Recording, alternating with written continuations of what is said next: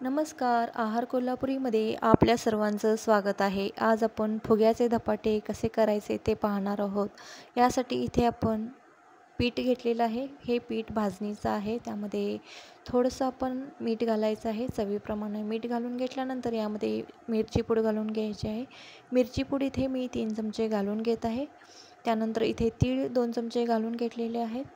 यामध्येच आता मी जिरेपूड घालून घेत आहे. जिरेपूड 1 चमचा घालून घेतलेली आहे. त्यानंतर धनेपूड आपल्याला 2 चमचे घालून घ्यायचे आहेत. 2 चमचे धनेपूड घातल्यानंतर इथे हिंगाचं पाणी केलेलं होतं ते यामध्ये घालून घेतलेलं आहे. यामध्येच थोडीशी हळद आपल्याला घालायची आहे. इथे गरम तेल आपण जे केलेलं आहे ते पिठामध्ये घालून घ्यायचं आहे. मोहन घातल्यानंतर हे पीठ आपल्याला एकत्रित करून घ्यायचं आहे. तेल गरम असल्यामुळे हळूवारपणे हे आपण पीठ एकत्रित छान असं व्यवस्थित मिक्स करून घ्यायचं आहे. पूर्ण पिठाला आपण हा मसाला पूर्ण लावून घ्यायचा आहे. हे पीठ आपलं जोंधळे तांदूळ व उडदाचं आहे. यामध्येच थोडीशी हरभरा डाळीचं पीठ आहे. हे एकत्रित करून आपण दळून आणू शकता किंवा यामध्ये आपण जोंधळ्याचं पीठ, थोडंसं हरभऱ्याचं पीठ आणि तांदळाचं थोडंसं पीठ आपण घालून हे धपाटे करू शकता. आता थोडं थोडं पाणी घालून हे पीठ आपण मळून घ्यायचं आहे.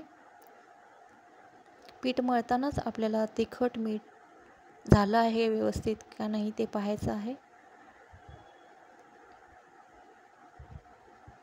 अगदी छान असं आपण हे पीठ मळून घ्यायचं आहे. मऊ असं मळून झाल्यानंतर याचे छोटे छोटे आपल्याला हव्या त्या आकारामध्ये गोळे करून घ्यायचे आहेत.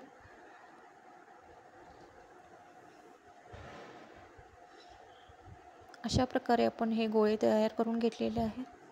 त्यानंतर एक प्लास्टिक शीट आपण घ्यायची आहे. त्यावरती आपण हे धपाटे थापून घ्यायचे आहेत. अशा प्रकारे प्लास्टिक शीटवर आपण थोडंसं तेल घालून घ्यायचं आहे. त्यानंतर हे धपाटे आपण थापून घ्यायचे आहेत. अगदी पातळ किंवा जाडही नाही, मीडियम असे आपण हे थापून घेतलेले आहेत. त्यानंतर गरम तेलामध्ये आपण हे धपाटे तळून घ्यायचे आहेत. एक एक करून आपण तेलामध्ये हे धपाटे सोडायचे आहे. तेल आपल्याला अगदी गरम असं करून घ्यायचं आहे. गरम तेलामध्ये हे पटकन असे फुलून येतात. गॅस आपल्याला मोठा ठेवायचा आहे. गरम तेलामध्येच हे सर्व धपाटे तळून घ्यायचे आहेत. छान असे टम्म फुगतात, पटकन हे तळून होतात. पहा, अशा प्रकारे सर्व आपण हे धपाटे तळून घ्यायचे आहेत. हे धपाटे आपण दह्याबरोबर किंवा चटणीसोबत खाऊ शकता. अत्यंत छान, पौष्टिक व रुचकर लागतात. एक एक करून असे तेलामध्ये हे सोडायचे आहेत. त्यानंतर आपण त्यावरती थोडंसं तेल घालून हे पटकन उलटून घ्यायचे आहेत.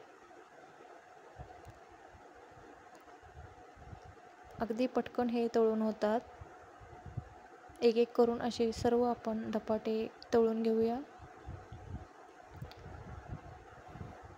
ही रेसिपी आवडल्यास नक्कीच शेअर करा, लाईक करा, सबस्क्राईब करा. पहा, अशा प्रकारे सर्व आपण धपाटे करून घेऊया.